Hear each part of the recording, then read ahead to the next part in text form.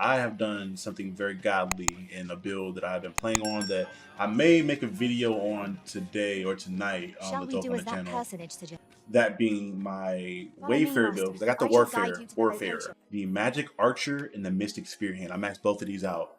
Now, the Mystic Spear Hand, the benefit you have with here is that it's kind of support and a little bit of DPS at the same time, but it's also kind of a tank. Like the thing I mostly use it for are the abilities for the mirror shield, because this shield essentially make a shield where you take no damage for like a certain amount of time, and it also distributes this shield out to your other pawns when you're close enough to them, so it makes everybody pretty much invulnerable in a fight.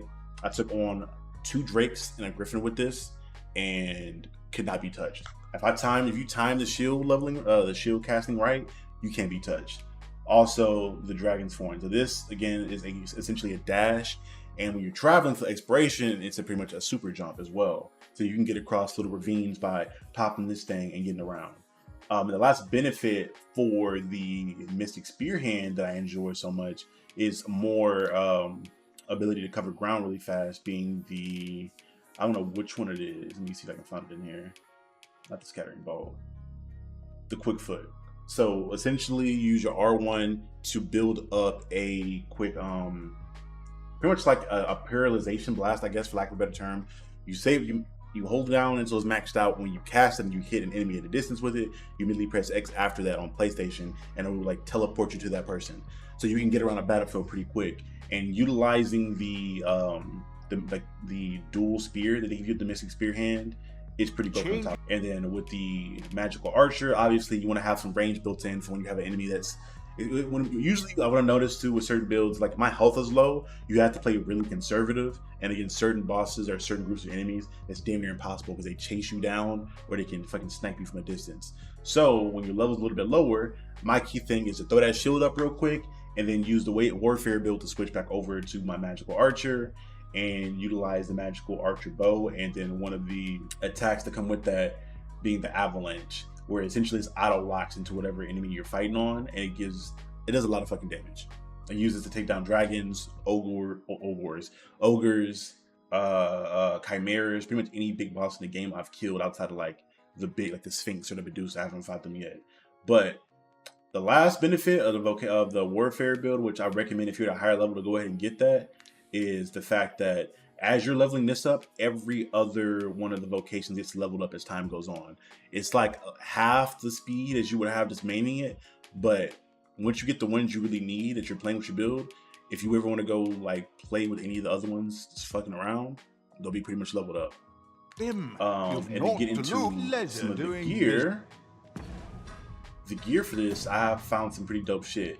The Infernal Edge, I found there's like a battleground on the map that you go find, and inside of that building, it's like a little castle, like an abandoned castle. And in one of the rooms, you find this Infernal Edge.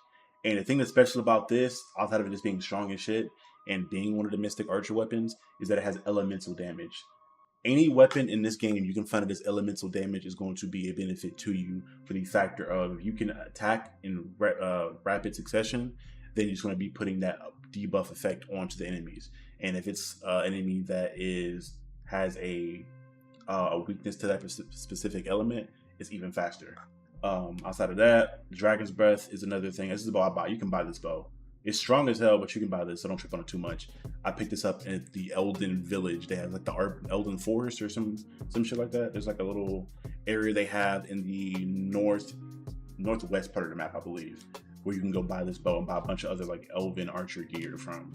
And outside of that, I'm just rocking I just bought this Vanquisher armor here at Back Batal, which I thought was kind of hard. I like the leg piece because it's like some assassin shit that you get at the Nameless Village. But if I find some armored leg pieces that look just as good, well, let me see if I can buy some real quick before we take off. And that's about all I'm rocking. The rings, boost my strength, slightly boosting my stamina. I need to find it. The only downside to this build is that if you get hella aggressive, then your stamina is gonna take that dip and you'll leave yourself exposed. So you have to manage your stamina really fucking well. And that's one thing I'm working on right now. I'm working on getting rings or more gear that can boost my stamina as time goes on. And I think that with the Wayfarer build, once you get to a certain build that has a augment that increases your stamina as well, or it decreases the amount of stamina you use. So Now, all in all, when this build gets to where I think it needs to get to, I personally think this would be the best build in the game. You're getting the best boost of range, DPS, tanking, protecting, everything. You get pretty much everything in one. There's other stuff you can build that'll be maybe just as effective, but I think this would be the most effective thing when you're maximizing it. Personally, for me.